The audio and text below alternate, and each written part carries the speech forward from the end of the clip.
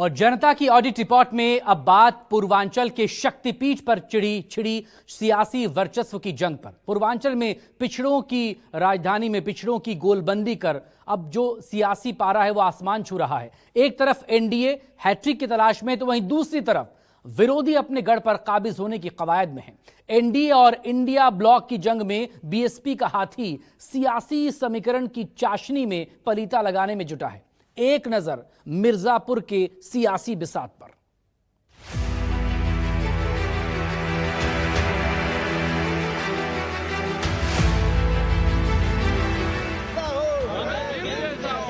मिर्जापुर की मजबूरी है,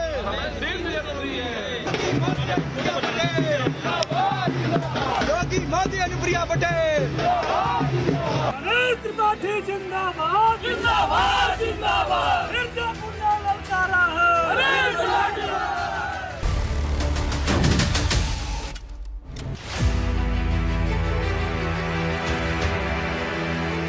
मां विंध्यवासिनी की धरती मिर्जापुर में मंदिर घंटियों के गूंज के बीच चुनावी समर का शोर भारी पड़ने लगा। महान दल ने ठाना है अनुप्रिया पटेल कुमारी मायावती जी जिंदाबाद जिंदाबाद।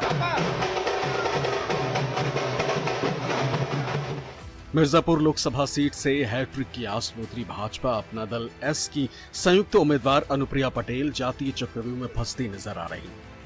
भाजपा से टिकट कटने के बाद भदोही के मौजूदा सांसद रमेश बिंद को इस सीट से उतारकर सपा ने अनुप्रिया के विजय रथ को रोकने की भरपूर कोशिश की।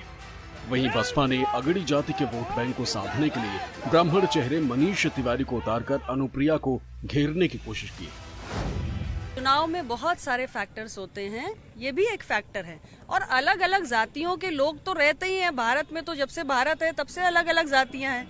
लेकिन हर जाति, हर समुदाय अल्टीमेटली क्या चाहता है? विकास चाहता है, आगे बढ़ने के अवसर चाहता है, एक उज्जवल भविष्य चाहता है।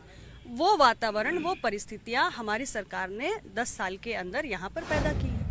पूरे जिले के किसी एक गांव में बता दे कि मैंने विकास किया हूं, चाहे वो जिस गांव के गोद लिए हों, चाहे वही गांव बता दे, या मुख्यालय से 4-5 किलोमीटर दूर कोई भी गांव वो बता दे कि मैं इस गांव में विकास किया हूं। जनता ने, हर एक समाज ने ये मन बनाया है कि इस सरकार को उखाड़ फेंकना है और इंडिया गठबंधन की सरकार बनाना है। किसी को कहीं नहीं आंक रहे हैं, इसलिए कि हमारी लड़ाई मिर्जापुर की जनता और सर्व समाज लड़ रहा है। हम किसी को किसी अंक पर आंक ही नहीं रहे हैं ना। हमारी लड़ाई किसी से नहीं है। आप जीत के प्रति एकदम 101% आश्वस्त है। सपा प्रत्याशी रमेश बिंद भदोही लोकसभा से बीजेपी के मौजूदा सांसद हैं। टिकट कटा तो भगवा आंगन छोड़ समाजवादी बन मिर्जापुर में ताल ठोक गए। बिंद समाज के साथ साथ पिछड़ों की लामबंदी और सपा का कोर वोट बैंक की गोलबंदी से जीत का समीकरण बिठाने में लगे।